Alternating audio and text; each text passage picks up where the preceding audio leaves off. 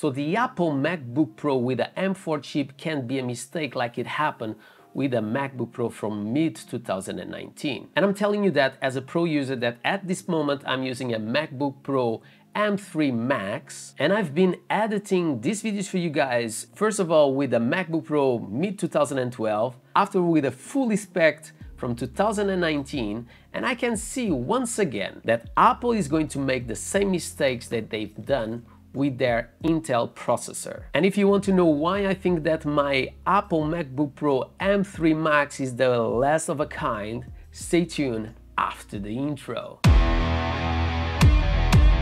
Hi everyone, Marcus here from MadPack, and if you are mad for tech, this is the place for you. And today we are going to talk a little bit more about my experience using MacBook Pros to edit these videos for you guys, and why I believe that my MacBook Pro M3 Max is the last of a kind. So going back in time, Apple was completely obsessed to make their computers thinner, lighter, and stronger. And when we jump to the MacBook Pro 2019 with the Intel chip, fully spec like I have here with the i9, we had like a great CPU, a great GPU, but the computer couldn't handle it. And the reason was simple. We had massive issues of overheating. If I put side by side my mid-2012 against my 2019, this one was basically 14 millimeters and this one is about 1 centimeter. And if we look a little bit closer to my mid-2012, we could see that I had a MaxSafe, 2 Thunderbolts, 1 USB, a mini jack. On the other side I have another USB door, my HDMI port,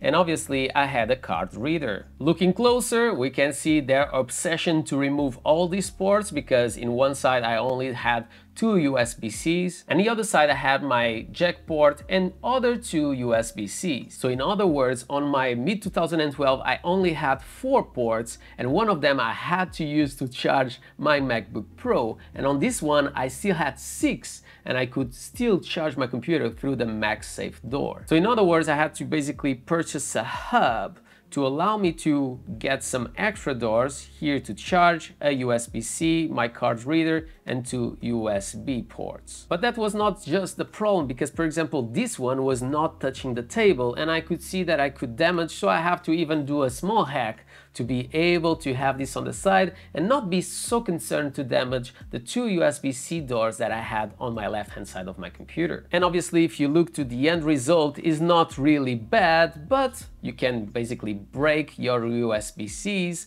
or you can go just somewhere and you just forgot to take it with you. And if we go back in 2012 and we talk about another feature that every Mac user will simply love, is the MaxSafe, because how many times I tripped on my cable and I almost damaged. And if you take this to your school or you are always on the go, that can definitely happen. But hopefully they learned the lesson and they brought it back to the new generation, the MacBook Pro M3 Max. But if we start looking to what is happening with Apple recently, there is big probabilities that they go back in time for thinner, lighter, and more robust computers. And that brings a massive probability that in the near future we'll need to buy other dongles and we'll be losing all those ports and even the MaxSafe that we simply love it. And do you remember all the issues that we had with the butterfly keys to make these computers thinner and lighter? I didn't have any issues with my keyboard, but that was definitely something that happened to many of you guys. So why I'm so concerned to see this happening once again? Because if you look to the iPad M4, they managed to make it thinner and super light. And if you go on Google and if you do a simple search, you can see that Apple is also thinking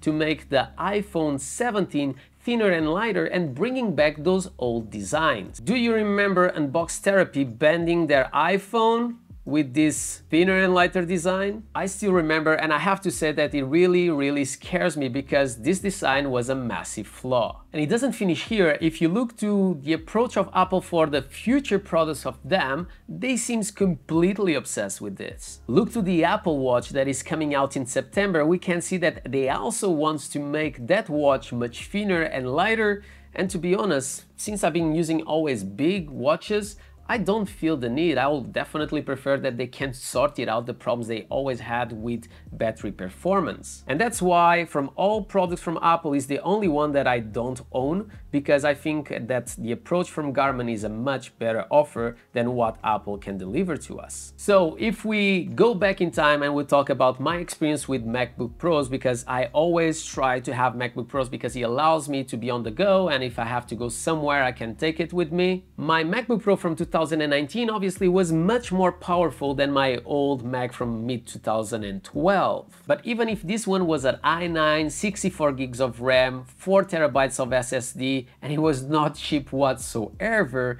the overheats that I was having in here was so bad that will not allow me to do even this kind of videos for you guys. And when I swapped to my MacBook Pro M3 Max, I was really concerned to still have those issues, but with the 16-inch that I have here, I have to let you know that those problems, they were completely gone. And the reasons for that is, even if my mid-2012 was 14 millimeters and this one was 1 centimeter, my new one is basically 17 millimeters. So even if I do those crazy things of rendering a video on Final Cut and filming at the same time, the temperatures on my MacBook Pro M3 could only reach about 63–67%. My computer here is basically 7 mils thicker than the Intel one, and the Intel one is about 200 grams lighter than my M3. And my message for you, Apple, is if you are thinking to deliver to the market